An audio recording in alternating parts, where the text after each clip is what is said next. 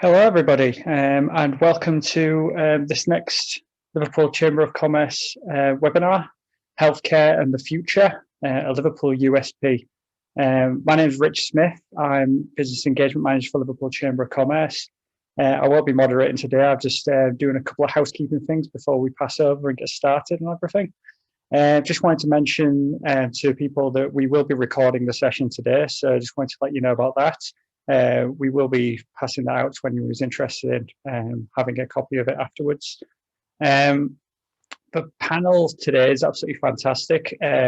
What we would ask attendees of the webinar to do, if you have any questions at any point throughout the session, if you want to actually add those into the talk box or the question box at the side to start a discussion, they'll be picked up by our moderator today, who will then regale those to the panelists as and when there's time to be able to do so.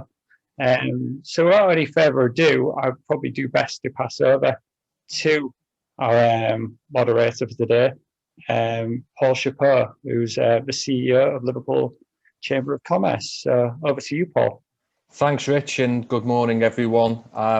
To reinforce Rich's welcome, this is the latest in the Liverpool Chamber of Commerce series, where we are looking at the future of our local economy.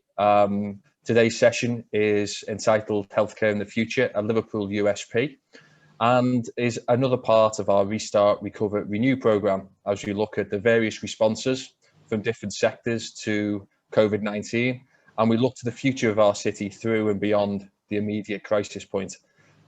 Our session today is about probably the most pertinent sector of our economy in 2020, and arguably not just our economy, but the impact it's had on our businesses, our citizens and our communities, that being healthcare. Even prior to the onset of COVID-19 and the current health crisis, our health outcomes as a city were extremely variable. And it's one of the key focuses, I think, for a lot of our policymakers, our decision makers, and indeed our businesses, as we look at the inequalities within our city and city region. Even prior to COVID, we had wards in our city where life expectancy was as much as 15 years less than those of neighbouring wards. It's a real challenge, and one that's been perpetuated through the current pandemic.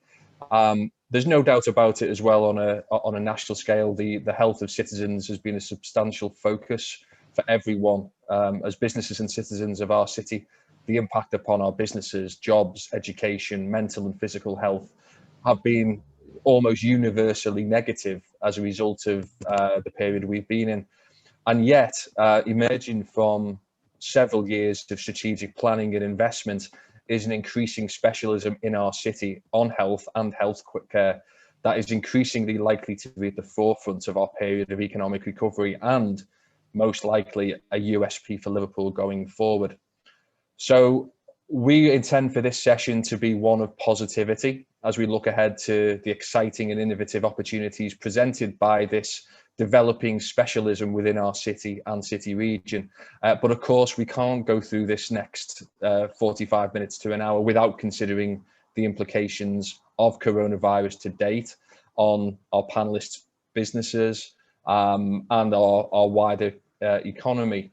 We also need to acknowledge the implications of lockdown 2, which starts tomorrow, and of course the macroeconomic spectre of the US election, currently too close to call, and subsequently Brexit as well.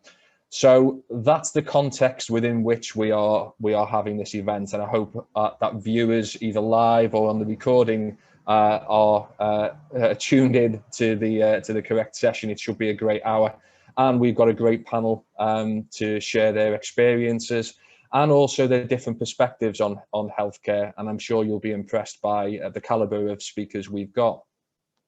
What I'll do is I will introduce each of the panelists one by one, and I'll ask them to maybe introduce a little bit about their own roles and responsibilities within their organisation, and to touch upon some of the challenges and adaptations that they've made to their businesses over the course of the initial 6 months or so of this particular pandemic, and a brief snapshot about what's coming up over the course of the next 6 months.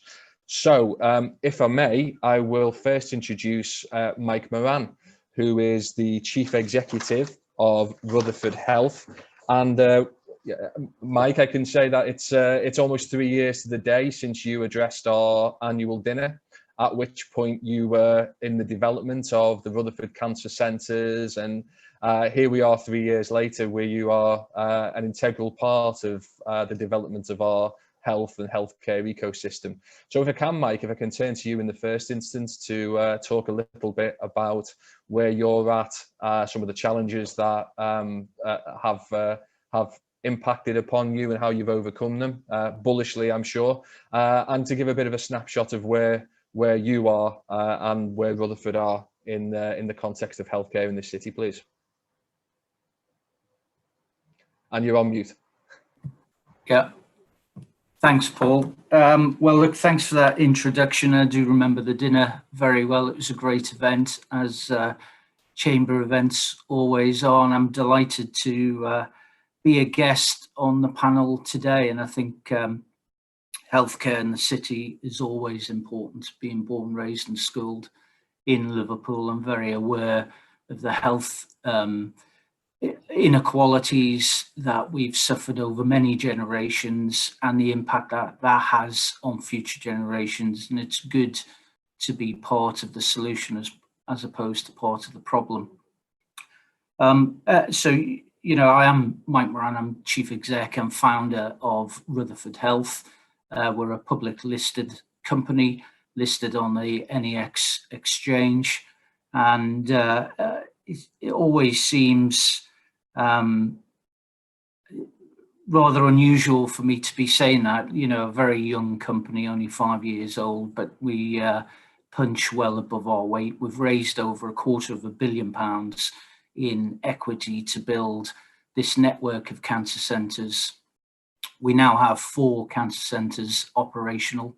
First one in Newport, South Wales, Northumberland, Reading, and of course in the great city of Liverpool, the final centre, Centre 4, known as Rutherford Cancer Centres.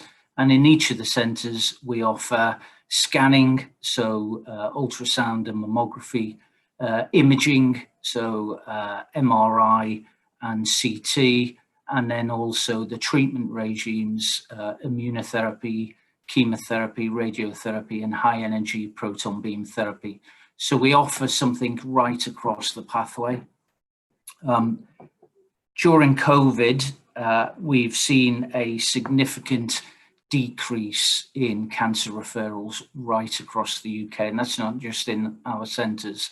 There's been an 88% drop off in cancer biopsies. Diagnostics is in an appalling state, and this is on a backdrop of already having some of the worst cancer survivorship rates in developed Europe. So, you know, my personality is around disruption. I've always been a disruptor. If you probably at school, my school reports, I would have been disruptive. Long-haired general at home will tell you when I arrive home tonight, I'll be disruptive. Tonight is my 29th wedding anniversary. I forgot about it and I organised for some of my staff to come around tonight for a meeting. So disruption is in my blood, I'm afraid. So what we've done in terms of meeting the COVID requirements, we're very proud that we've taken nothing from the government. We haven't furloughed a single member of staff. We've employed during COVID, so we've increased our employment and we've brought in new staff, ex-military, CBRN specialists. So these are chemical, biological, radiological and nuclear specialists. COVID being in the B of that, the biological. And we brought these people in to make sure that we could remain COVID free or COVID safe. And that was for 2 reasons. One, first of all, for our staff to feel safe that they could come into work. And that led to a 98.5% availability of staff in our centres. and 1.5% of the staff shielding. We homeworked a lot of our staff as well, and the IT infrastructure worked well, and we continued to test in our centres. So we were one of the first private centres to test for COVID, and we did the PCR tests quite early on, and we followed that through on weekly tests of all of our staff to make sure that we retain that COVID-free environment. We have treated COVID positive patients, and we've staged their entry into the centres for the last session so we can do a deep clean afterwards, and all of our patients then can continue their treatment regardless of the environment that we find ourselves in. So, you know, I'm really proud of the staff that we have who've embraced this, and they've attended all of our centres. They've continued to treat patients with real high quality. And the other thing we've done is we've just launched a product which is a membership scheme of Rutherford to make sure that people can join that scheme, and if they are diagnosed with cancer, there is a insurance policy behind that provides the treatment up to £500,000 worth of treatment, and this is to really combat some of the insurance products out there that don't particularly cover cancer, and this is a cancer-only plan, and I think the early uptake on that is really encouraging. Thank you, Mike. It's a really helpful introduction. What I'll do is, as I go around each of the panelists, ask for a similar introduction, and we'll come back to you with some of the questions regarding certainly the future and the bigger picture of healthcare. But thank you for that really excellent starting point. If I could bring in Professor Rafaela Kane now, please. Rafaela is the Pro-Vice Chancellor for the Faculty of Health at Liverpool John Moores University, and so therefore I'm sure has had a very quiet few months recently. Professor Kane, if you would like to introduce yourself and maybe give us some insight into what your COVID experience has been like, and maybe just some insights into where you see things developing over the coming period. Yes, thank you, Paul, and good morning, everybody, and happy anniversary, Mike. I'm very grateful to be here. This is actually my first interaction with the Chamber, so I'm delighted to be here. As you say, I am the Pro-Vice Chancellor for the Faculty of Health at John Moores, and the Faculty of Health is made up of the School of Psychology, the School of Nursing and Allied Health, and the Public Health Institute. So yes, as you quite rightly say, each of those areas have been directly involved with and impacted by COVID.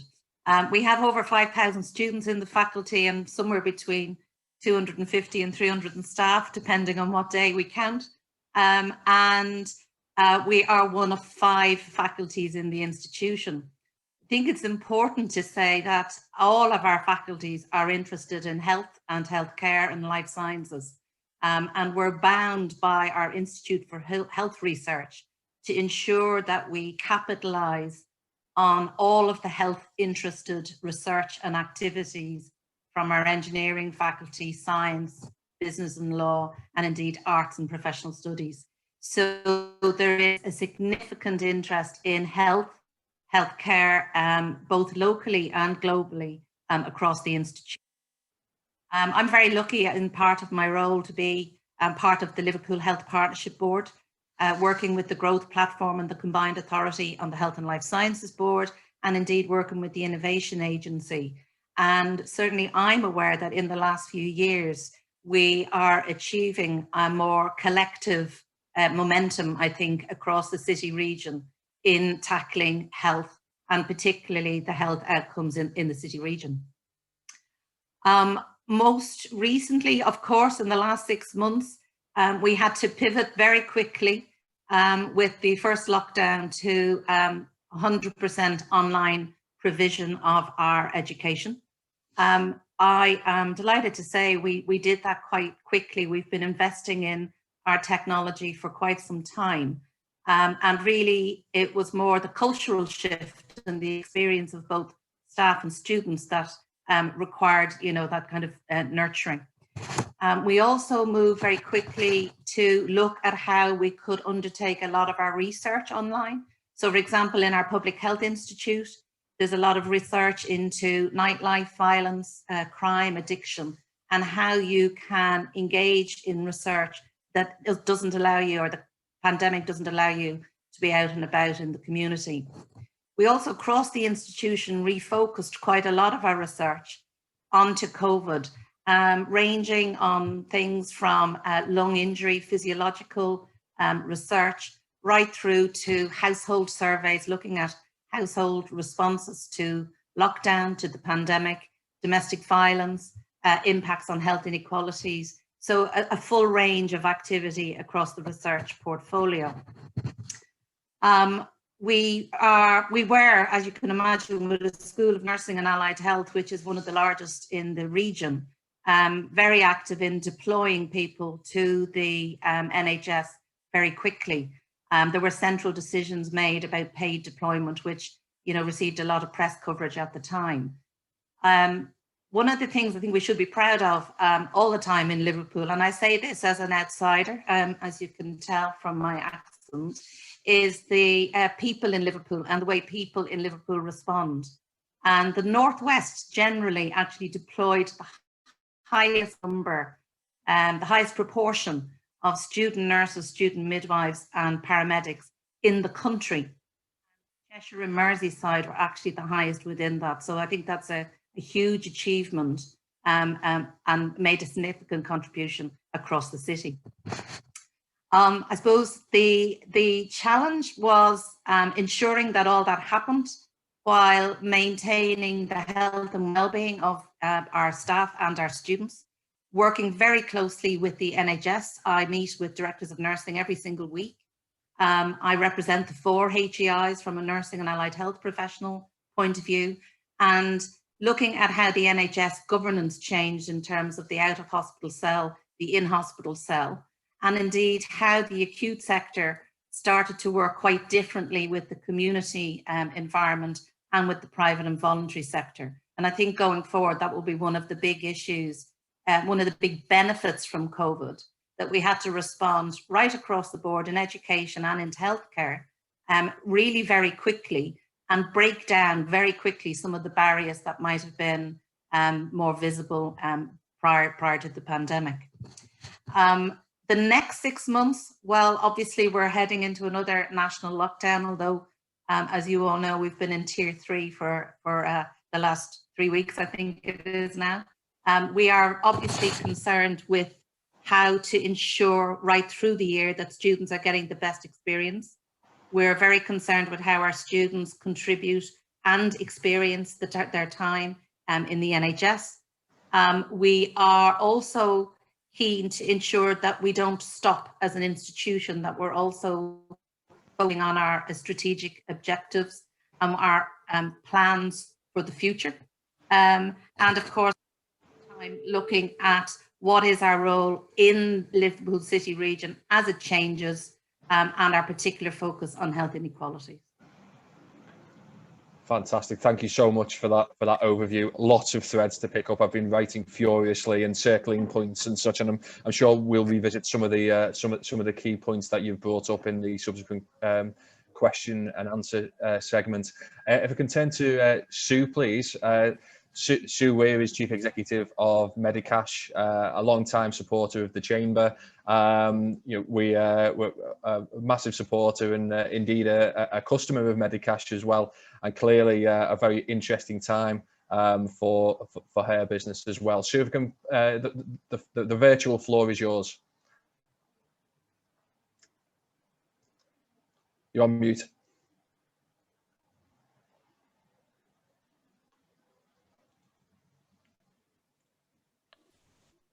There we are. Okay, great. Thank you. Hello, everybody. And huge thanks to the Chamber for putting together this session. I think it's incredibly useful for us to all hear what we're all doing in this sector and to learn and to engage more. I'm Sue Weir. I'm Chief Executive of the Medicash Group. So we have Medicash, which many of you may have heard of.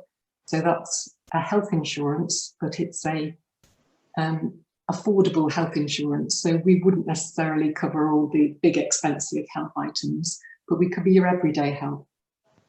We also have within that group the health at work company, and that provides training and support and accreditation for health and safety in the workplace. And we have a further company, a service company, that helps businesses and communities to install defibrillators within their office space or within their location to help people in the event of heart attacks.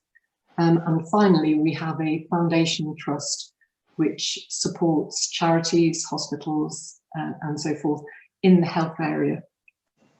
So over the last 6 months, rather than say what has changed, it's probably easier to say what hasn't changed. The world has been turned on its head. And the first thing that we did was to help staff to work from home so that they could stay safe.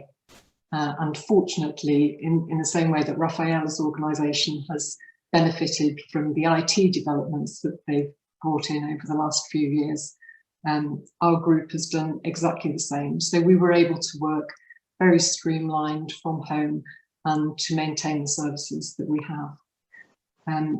We too, like Mike, didn't choose to furlough any staff.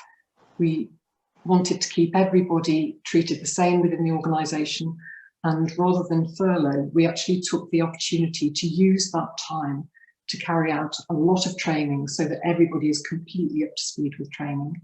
We also reviewed all of our processes, procedures, documented any changes, brought in improvements, so that the intention is that when we get to the end of this horrid period, we will be in the best position we could possibly be in.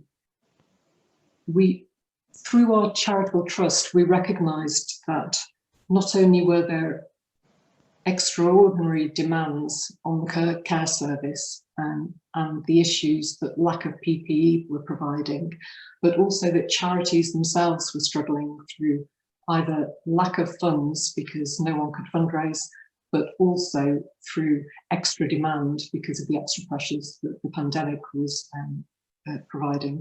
So therefore we donated around £100,000 worth of PPE into hospices, hospitals, various charities, the ambulance service, to help them to carry on working in the early days when PPE was very short on the ground. And we've also donated about £750,000 to various charities to help to support them, because the last thing this area needs is for charities to go to the wall. It's a period of time where we actually need to be stepping up and to be supporting them and to recognise the really valuable work that they do for our communities and our businesses. In terms of what we were doing for our policyholders, we recognised that some of the services that they used on a regular basis through their health insurance, such as dentists, opticians, weren't available. And therefore we wanted to make sure that they continued to get value and to look after their health. So we had some innovations that we were going to be introducing over the next 2 years. And we pulled out all the stops and introduced them over the last 6 months instead. So in June, we introduced a new benefit, Skin Vision, and that helps people to remotely and digitally look at their skin, take a photograph, which is then analysed through artificial intelligence, but also by a consultant to determine whether there are any issues with their skin. Because this links into Mike's point, absolutely, the diagnostic reviews of potential cancer has just fallen off a cliff.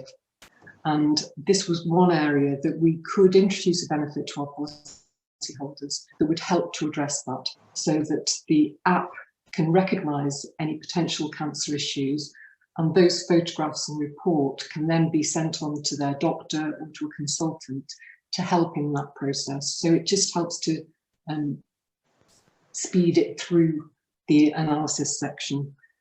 We also introduced Improve Yourself app, recognising that we all needed help remotely to look after our physical health, but also our mental health. So the app contains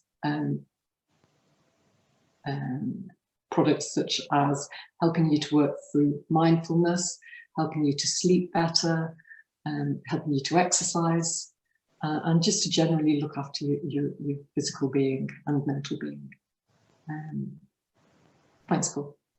Thanks, Sue. And again, some themes there, particularly around technology and innovation, that I think we'll definitely want to pick up in the Q&A section. Thank you so much for the overview. Rachel, could I come to you next, please? Rachel Patterson is the Policy and Marketing Manager at Sciontec, which is a very exciting development up at the Knowledge Quarter. And I'll pass the virtual floor to yourself. Thanks, Paul. Yeah, like Paul said, I'm Rachel Patterson. I look after the policy for both Sciontec and Knowledge Quarter Liverpool.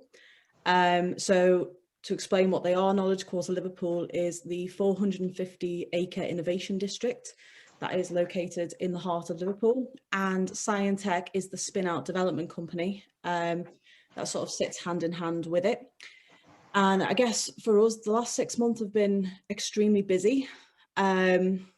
Surprisingly, but what has been good to see is the Paddington Village development site has continued at pace. Our construction partner Morgan Sindall have been on site continuously through the pandemic, and they have brought in temperature checks and really innovative technology that has been able to keep them going through this. So if anyone's driven through the area in the last 6 months, you will see that the Spine, which we are marketing as one of the world's healthiest buildings, is coming up at pace now and is due to be completed in the near future. So we're very excited for what that will bring next year. And then we've also had, in terms of Sciontec, there's new developments on the horizon. We're looking at how we can develop Paddington Village further with new buildings that will all be focused around health innovation and health technology. And then it's that investment angle as well. We're always looking for the highest caliber of investment to land within the Knowledge Quarter and to occupy these Sciontec buildings. And another angle to this as well, we also operate the Liverpool Science Park, which is based on Mount Pleasant. And we've remained open through the whole of first lockdown and will continue to do so during lockdown number 2. And that is because we've had COVID trials being run in our labs, and also one of our companies, BioGrad, has been doing a lot of antibody testing. So it's been an exciting time for us. It's been really busy, and there's a lot going on. There's a lot continuing to go on as we lead into that build up to Christmas as well. Thanks, Rachel. That's really helpful, and again, some of the themes that we'll pick up on in the Q&A. Finally, can I turn to Jane, please? Jane Holland, who is business lead and head of employment and inclusion at the Life Rooms as part of the Merseycare NHS Trust. Jane, over to you. Hi. Yes, as Paul said. So I work for the Life Rooms, which is part of the wider Merseycare NHS Foundation Trust. Just to give you a brief overview of the trust. We've got over 7,600 staff and serve more than 1 million people across the geography that we cover. So we offer inpatient and community services for mental health, learning disability services, addictions, brain injuries, physical health, and secure services for mental health. Now, Life Rooms is a part of that trust. Life Rooms is a social model of health that integrates with the clinical system in the realization that not everything can be solved through a clinical format. Quite often people present, particularly in primary care, with lots of social issues. And we think that our model helps to both prevent and to work with those social issues. So I'm going to start off with the gloomier picture and then come to the more positive picture. So we have done a modelling around the impacts of COVID-19 on mental health for Liverpool and Sefton. And the prediction is that the overall demand for the next 24 months could increase by as much as 30%.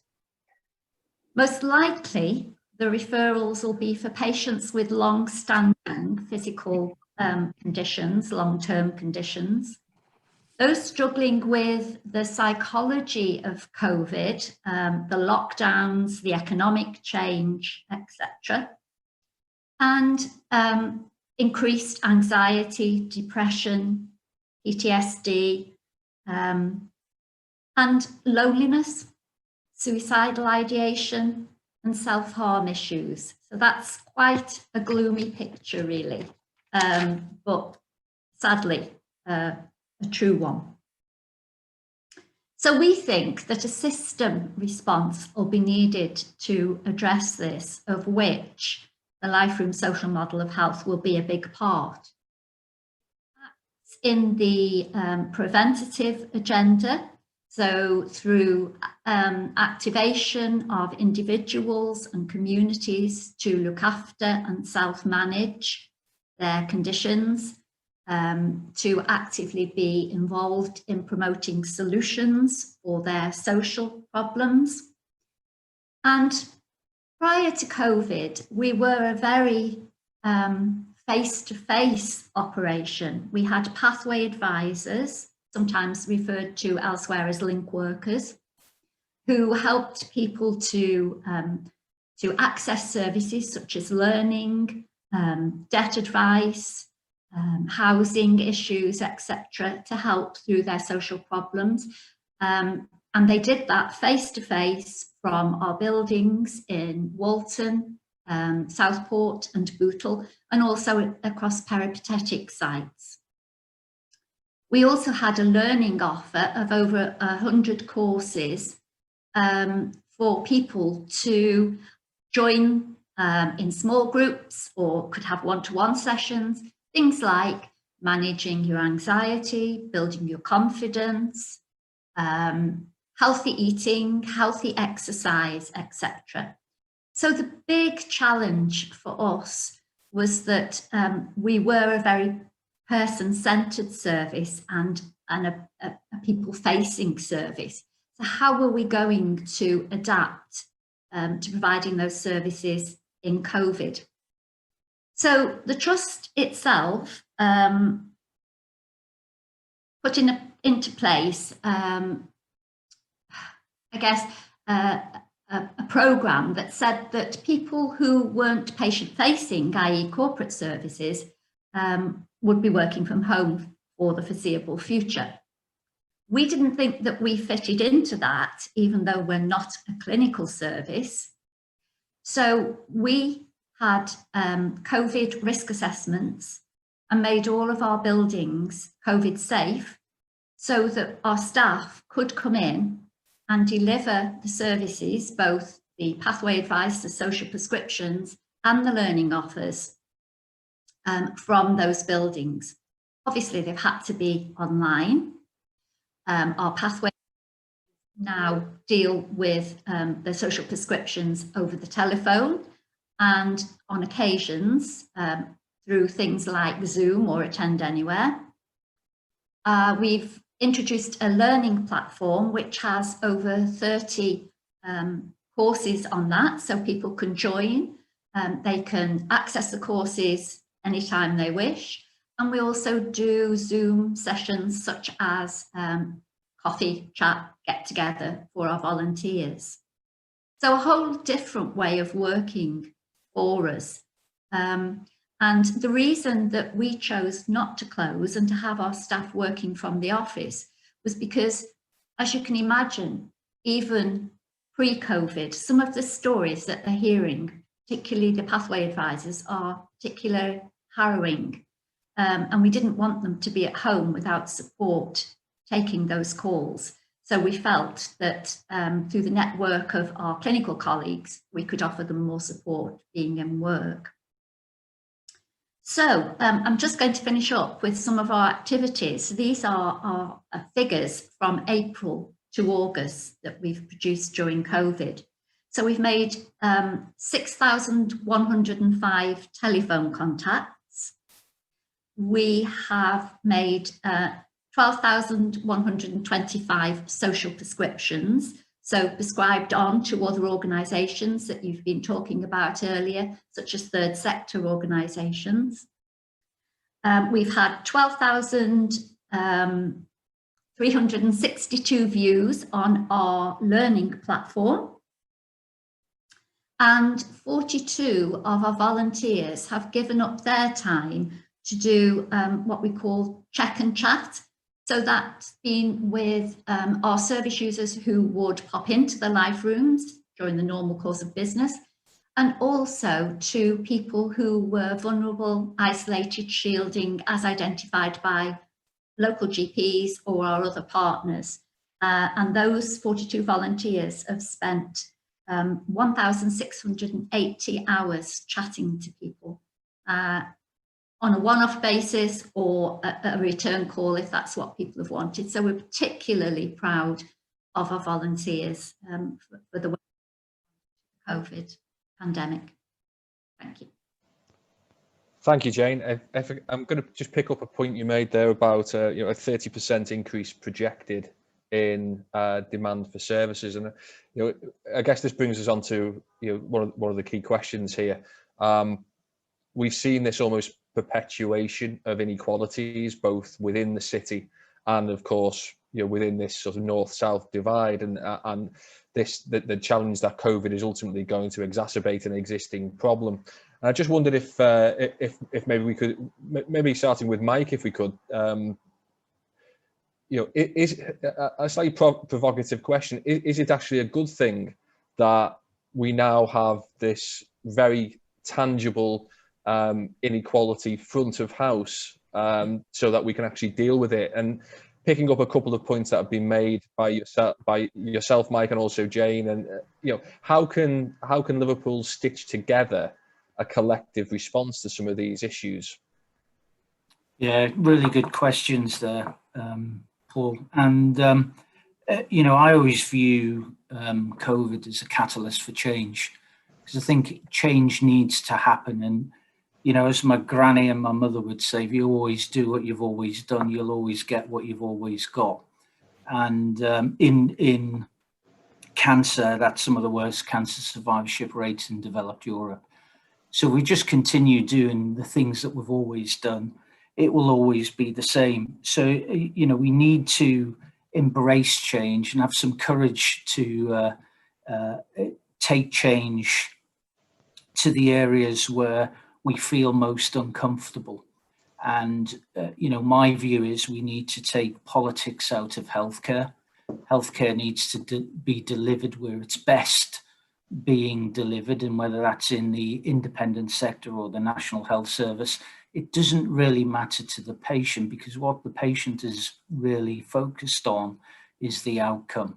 So safety, better outcomes, and an earlier return to normality. And when we look at the city, we need to make sure that we link everything together. This has to be all knitted together. It's pointless having a really good, strong education economy or tourist economy if the health economy is really poor and it's not joined up. And the same as investment.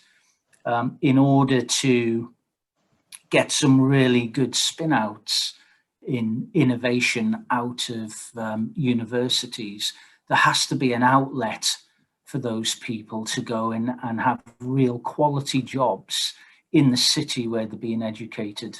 And then also the investment needs to be there. And, I'd like to see a position where I'm not treading shoe leather around London, raising capital. I'm in the city in Liverpool, raising capital, trying to attract investment in the city. That's key, and then link all of that up. But Sue raised a really good point in her introduction about preparing for exit out of COVID. And, you know, same as in 2009, you know, I was banging on about making sure that we're ready for the upturn in the economy, and it has to be exactly the same. And for me, there are six key things that you have to do, and that's around investment, upskill your staff, collaborate where you didn't collaborate before, innovate, look at other enterprise opportunities for yourself, and then more importantly then compete in areas that you didn't compete before, but you have to be ready to come out of COVID. Thanks, Mike. Rachel, just on the investment point that Mike's made there, perhaps you have some insights from your business and up at KQ. Is it realistic that innovation and investment can be attracted to Liverpool? I think absolutely, yeah. I think we're now positioning Liverpool as a city of opportunity, and are already sort of global specialisms in health and life sciences, in preventing infection and disease, only position us better as we start to look for investment opportunities and as we continue to, you know, develop our site. So, you know, if we take Paddington Village, for example, we've built the spine as one of the world's healthiest buildings. And that's been done through its design features that genuinely contribute to people's health. I think now as we look forward, we're looking to pandemic proof our buildings moving forward. So we need to be innovative in the way we design our workspaces to attract that investment into the city and demonstrate that not only do we have these well-established organisations like the Liverpool School of Tropical Medicine, who've been, you know, doing this work since the late 1800s, but we've actually, even our future businesses now are going to be working in pandemic-proof buildings, and health and life sciences will be at the forefront of every aspect of the business. So, if you were to sort of rate health, you know, I suppose we're jumping ahead here, but in terms of the USP potential for the city, how much of a USP is it now, and how much can it be in the future? I think given COVID and given, you know, there's been a lot of negative press around Liverpool in relation to COVID. We've obviously had a very high R rate. We've been, you know, sort of negatively, we've gone into tier 3 lockdown first, that sort of thing. So it's about how we position ourselves now. It's about responding in positive ways and looking at, you know, the fantastic work that's being done across the city by all of our businesses, and sort of trying to push those positive news stories out, which, you know, Liverpool as a past habit haven't been very good at. So we've got to really get behind that and drive. So, you know, we've opened 2 hospitals within the space of this pandemic. And I think we are in a good position for investment, but we've just got to keep driving those positive news stories and get that attention from the South to show, actually, you know, Liverpool, we mean business. We're not going to be walked all over, and that we are here to stay. Thanks, Rachel. If I could bring Rafaela in at this point. Rafaela, you made a comment during your particular pertinent to what Mike was saying around connecting healthcare with other segments of the economy. And you made an interesting point about your faculty and how that's connecting with other faculties in the university. Can you just give us maybe some insight into your perspective on how joined up Liverpool needs to get to achieve what Mike and Rachel have talked about, but also maybe just with that lens of what you're doing as an institution to connect your health, you know, direct health focused faculty with other faculties of the university, almost creating that ecosystem internally that we want replicated in Liverpool. Yeah, thanks, Paul. Well, I suppose, I mean, it is key, isn't it? It's key internally to our institution. It's key and critical to the way our institution works with every other institution in the region. And I think, as I said, the Institute for Health Research is a virtual institute, which literally captures every piece of health research that's going on around the institution. And you know, while the ref exercise, you know, comes with all sorts of views about it, but it does help focus the mind and look at the high quality research is focused and what requires further investment. So we're very conscious that if we, in health, in the faculty of health, that we cannot be disconnected from engineering and technology, because the innovation and the development of technology is happening in one place. People experiencing healthcare and providing healthcare are sitting somewhere else. And indeed, our science faculty and our work with medicines and our pharmacists and so on. So, you know, faculties are artificial structures in many ways, and the key is finding ways to make that interconnection. I think that's absolutely the same externally. I agree with the points that both Mike and Rachel were making, that, you know, the research is fantastic, but we really do need to look at spin outs and how we invest in the developments that are coming on stream, and also how the health services, whether that's NHS or independent, are structured around us. And Rachel made the point about good news stories, and I couldn't agree more.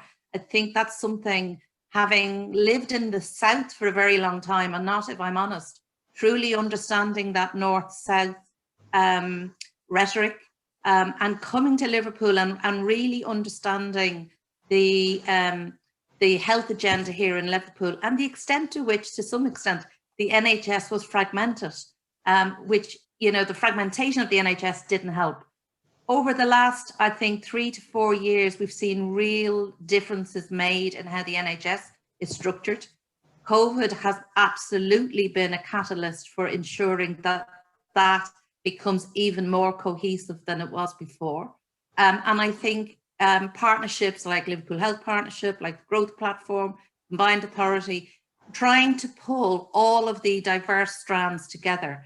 So I don't doubt we have a long way to go, but I do think we're beginning to get better at it. And it is how we structure that, fund that, how we ensure that the skills and talent pipeline is, one, fit for purpose, relevant, and able to cope with the kind of with the new world and what we're trying to do with innovation and healthcare. Thank you, Rafaela. Rafaela, the role of the private sector has been touched upon here.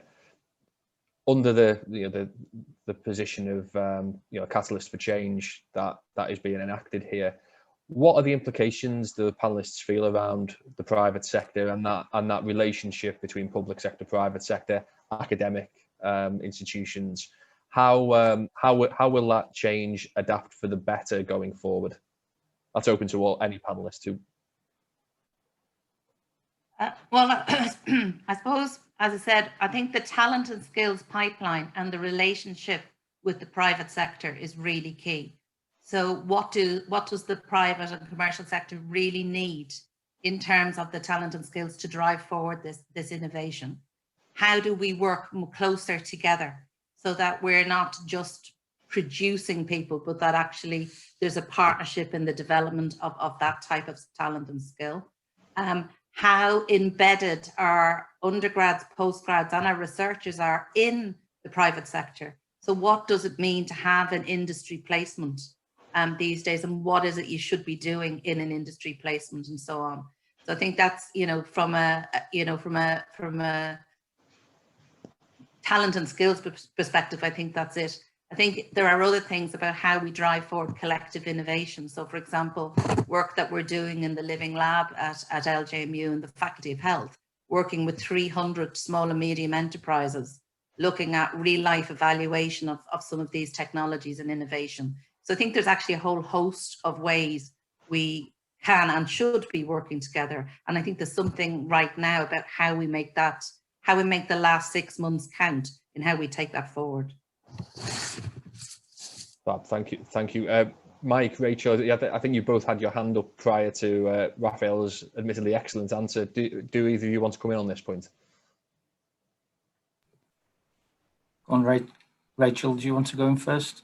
Yeah, sure. I think it's just that sort of private and public sector relationship and the partnership. I think with Sciontec, we actually announced during the lockdown, the first lockdown, I've got to call them 1 and 2 now because there's 2, but yeah, during lockdown number 1, we actually announced that Bruntwood Sciontec, which is a joint venture between Bruntwood and Legal & General, had come on as a 25% shareholder within our business. And I think, you know, the opportunities that are going to come from that private and public sector. So we've obviously got LJMU, the University of Liverpool, the Liverpool City Council, and now Bruntwood Sciontec as a partnership. You know, that the opportunities that can come from that are really exciting. So I think it is a good time for those partnerships to start forming and to really make a difference across the city. And I think from our perspective, I mean, we are now, we have a significant operation now in Liverpool, and what I'd like to see is the politics taken out of healthcare and just ensuring that we can deliver a service to a community that actually has been underserved for many years. And we're bringing in the right technology, we're bringing in a lot of experienced staff, which we're actually having to recruit outside of Liverpool to bring them in because there aren't the key people there, the physicists in place. So I guess, you know, one of the carrying cries I always have is about capability. You know, don't put a facility in place unless you have the full capability, and that includes the staffing and includes training and includes the technology in there. So I think what we have to look at is what are our future needs as a city in terms of healthcare, and where and how best can we deliver that and service that healthcare need. And I think that needs both the public sector and private sector to work in harmony. I'd also just like to make a plea for the voluntary sector, the third sector. A lot of our partnership working during COVID has been with that sector for 2 reasons, really. They quite often are working at grassroots with what we call the hard to reach communities, the disadvantaged and socially isolated, but also to try and bolster up their businesses, if you like, during this difficult period, because I think it was Sarah who said that, you know, we need to be looking at the future of the charitable and social organisations to make sure that they survive this. Yeah, I think that's a really important point, because we, as Sue mentioned before, supporting charities during COVID has been important, and we've done exactly that with a number of the cancer charities, the smaller ones, to make sure that they can reach people who are impacted by cancer, and over the next decade that will end up as 1 in 2 of us will be impacted some way by cancer. So, you know, that third sector involvement is really important, and I know a number of charities haven't survived COVID, and it's a great shame because they are really at the grassroots level. And I know Sue is looking to come in. Yeah, thanks, Mike. I think one of the points that has come to mind as everyone's been talking is that during the pandemic, individuals, I think, are starting to take responsibility for looking after their health. So it's up to us to do that face, space, hands piece of work. But I think there's an appreciation within businesses as well, that they have responsibility for their staff. With so much remote working, it's being more challenging currently to make sure that people are well, that they're healthy, that mentally they're healthy. And I've seen a really encouraging increase in the number of businesses that are looking to introduce a wellbeing strategy. And I think there's an overall appreciation that historically we've always made sure that we have great buildings, great premises for people to work in, great things for them to use, but we haven't necessarily focused our resources on the staff. And I think that is one of the positives that will come out of this pandemic, the appreciation of people and the realization that it is people that make your business. So we need to be looking after our staff, caring for them. And so if I can continue the trend of that conversation, how can the business community in tangible ways actually undertake those sorts of activities? I think it's making a realization that when you've got staff who are working remotely, it's much more challenging to pick up on whether or not they've got any issues. So it's making sure that you have those much more frequent touch points with them. So talking to them, texting to them, making sure they're connecting with their colleagues so that any issues can be drawn out and can be spotted early. Because as we all know, if there are any issues, and they can be addressed, there's nothing that's insurmountable once we know about them, and it's helping staff. One of the things that I hadn't appreciated during lockdown was that not all of our staff had webcam facilities, so they could hear their colleagues, but they couldn't see them. So I like to refer to it as our smile quota just dropped dramatically because we couldn't see people's faces. You're going out and about, everyone's got a mask on. It's much harder to have that connection with people, which we all need. So we made sure that everyone was provided with webcams so that they can use them to connect with their colleagues, but also with their families and friends. And I think that's what's important. It's those relationships that we all have with colleagues, with friends, with families that we need to maintain, keep strong, because that's what will keep us going. Thanks, Sue. We've talked a lot about the sort of macro picture of healthcare in Liverpool and the ecosystem, and we've also touched upon some of the more micro elements, particularly Sue, what you talked about there in terms of organisational management. Jane's comments earlier about engagement in the community. Just wonder, in terms of expanding the theme of business community engagement in some of this, what does the panel feel are the opportunities for SME communities and businesses who are maybe developing and growing to connect in with some of the opportunities, whether they be about supply chain opportunities or whether it's about service engagement? I just wonder if we could just spend a couple of minutes with some consideration around that thought around genuine business engagement. I'd suggest don't hesitate. Organisations and the public sector want connections now. They want to have innovations and are welcome to approaches. Rafaela's point that that cohesiveness within Liverpool is starting to build, but it needs businesses to interact with that to really get benefit out of it. Mike, from your perspective? Yeah, I'd agree 100% with that, because what I like to do is make sure that we can support the local economy wherever best we can. And I look at the economic impact of each of our centres, and I know in Liverpool, our economic impact to the city is around 20 million a year, and that's just by putting the lights on. And it's important for me to make sure that we have as much local recruitment as we can. But if we are bringing in staff such as physicists who are really hard to identify and find, we're bringing in staff who are slightly more mature and perhaps have a family that then grow up in the city, use city businesses and use the education available in the city. And in terms of that SME community, I'd always encourage, centre managers to utilise whatever they can locally and engage with, dare I say, the chamber to make sure that your members know that we exist and know that we have requirements for supply chain. Thanks, Mike. Anyone else want to come in on the point around business engagement?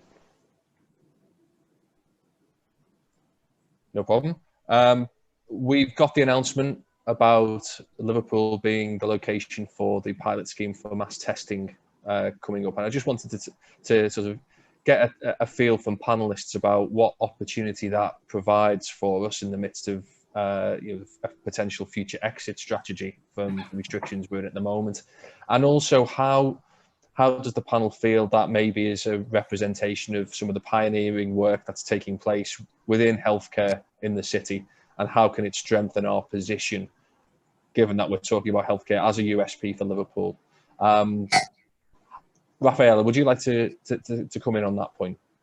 Yeah, it was an interesting one, and not to be flippant, but my son actually started in Wuhan and was on the original evacuation flight to Arab Park. And I was talking to him yesterday about the mass testing, and he said rather wryly, finally we're learning from China. And I think, I think it's a good thing for the city. I think we have been far more engaged in developments around testing itself, the mechanics, the innovation in testing, and it is, I think, is a platform from which we can use some of those, or launch some of those good news stories about the caliber of development and innovation that's been going on in the city. I think for the residents of the city, it's also, important, because anything that can help any of our businesses or survive and prevent this issue around cyclical isolation, as is part of the problem the NHS is grappling at the moment, then I think that's got to be a really good thing. And I think it provides some reassurance. So I think, we've been told repeatedly that test and trace is absolutely one of the keys to the management of this. And I think this testing system, if we get the tracing right, can only be beneficial to the region. Thank you. Anyone else? Would anyone like to come in? Mike? Yeah, I'd agree with that. And I think Liverpool have always been at the forefront of innovation in healthcare. And you can go right back to Kitty Wilkinson and the cholera pandemic. And, just a simple thing of a wash house and how that developed across the city in terms of improving health across the city. And I think this will be another opportunity for us to be right at the forefront and the spotlight on the right subject. Fantastic. I'm conscious that we have just gone over time a little bit, so I'll wrap things up. Rachel, you kind of answered my sort of final question earlier when I posed it to you about the extent to which healthcare in Liverpool is a unique selling point. I might come back to you last just in case you have any final thoughts on the question, but if we can go around the panelists and maybe start with Jane. Health and healthcare, is it a Liverpool USP, and what are the opportunities for the future from your perspective? And you're on mute. I think I'm bound to say it's a USP because we're so proud of our social model of health through the life rooms. That kind of connects all social aspects with all of the clinical aspects. We've got the social model of health now integrated into our clinical care teams, so that anyone who is looking after a patient, be it in the community or in inpatients, can refer to a social prescription, so that we reduce this sort of cycle of into a hospital, out of a hospital, because you're discharging back to this exactly the same position. So yeah, I think we have got a tremendous healthcare and social care network and third sector here in Liverpool, and we can all work together to come through COVID. Thank you, Jane. Sue? I think Liverpool is extremely well placed. We're on the front foot to help in this health situation. I think being chosen to have the significant test and trace project within our area will help to give us more information, and it will help to maintain businesses staying open, because they'll have the certainty as to whether their staff have it or don't have. And I think it's that uncertainty which has been a little crippling at times. I suspect we might splice that answer and publicise that roundly over the coming days, Sue. Thank you. Rafaela, your views, please. I absolutely believe it's a USP, not least because of the approach that the whole region is trying to take around health. you know, you said at the very beginning, Paul, is you know, are the level of health inequalities a good or a bad thing? Well, they're a bad thing until we solve them, but they're a good thing because they make us an excellent testbed site. And that's really important to drive some of the innovation and change we want to make. I think in addition to the health and life sciences sector, so we're, I think, very well established, absolutely on the front foot, as Sue said, with as yet untapped resource. So I think it's an absolute area for further growth. And I would say again, I said it at the beginning, but you know, it's still something that I find remarkable as a relative newcomer to the city is the strength of the people in this region and their absolute commitment to change. I think it underpins a great deal. So without doubt, a USP. Thank you, Rafaela. Mike. Yeah, I mean, for me, healthcare is a string of the innovation bow in the city, and it's more than just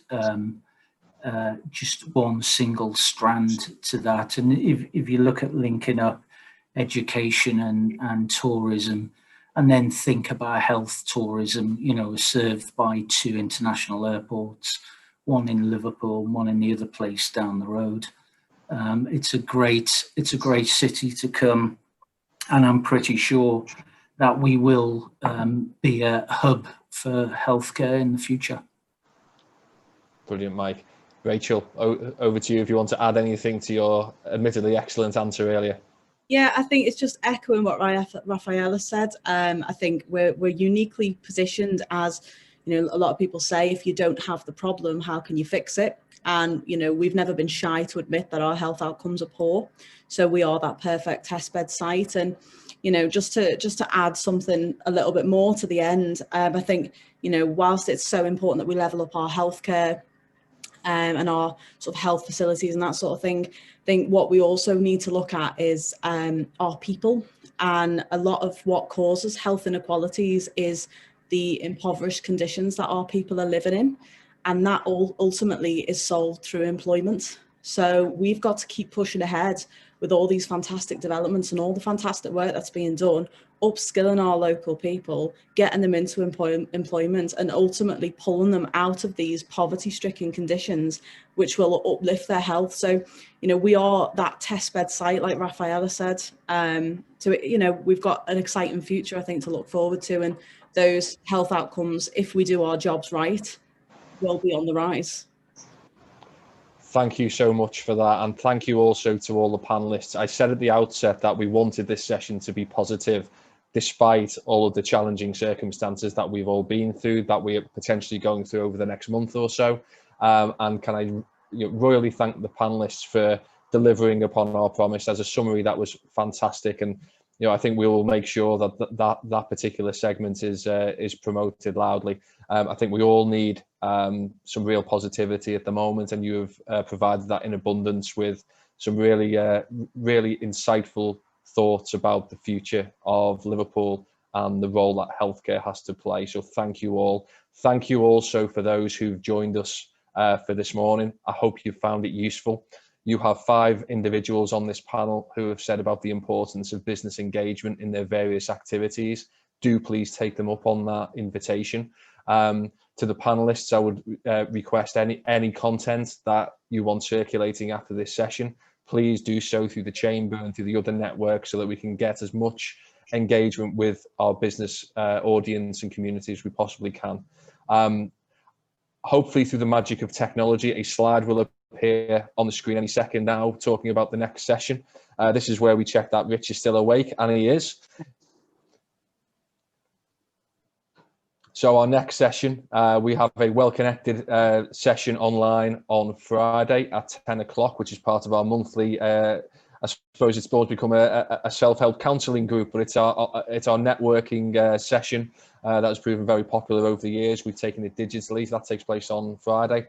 And then we have got a session on the 27th of November, which is a strategic approach to 2021, where we'll welcome Tony Reeves back to our programme of events to talk about the local authority perspective as we develop the city plan collectively. And we'll be joined by the business unit director of Waits, Dave Saville, to talk about infrastructure developments. So once more, thank you all for joining the session this morning. My gratitude to the panelists, and I hope everyone is staying safe, feeling positive after that session. And we look forward to seeing you at a subsequent chamber session. And as we enter 2021 in a vein of what we hope will be a sense of positivity, determination, and success. Thank you all for joining us, and we'll see you again soon. Thanks, Paul.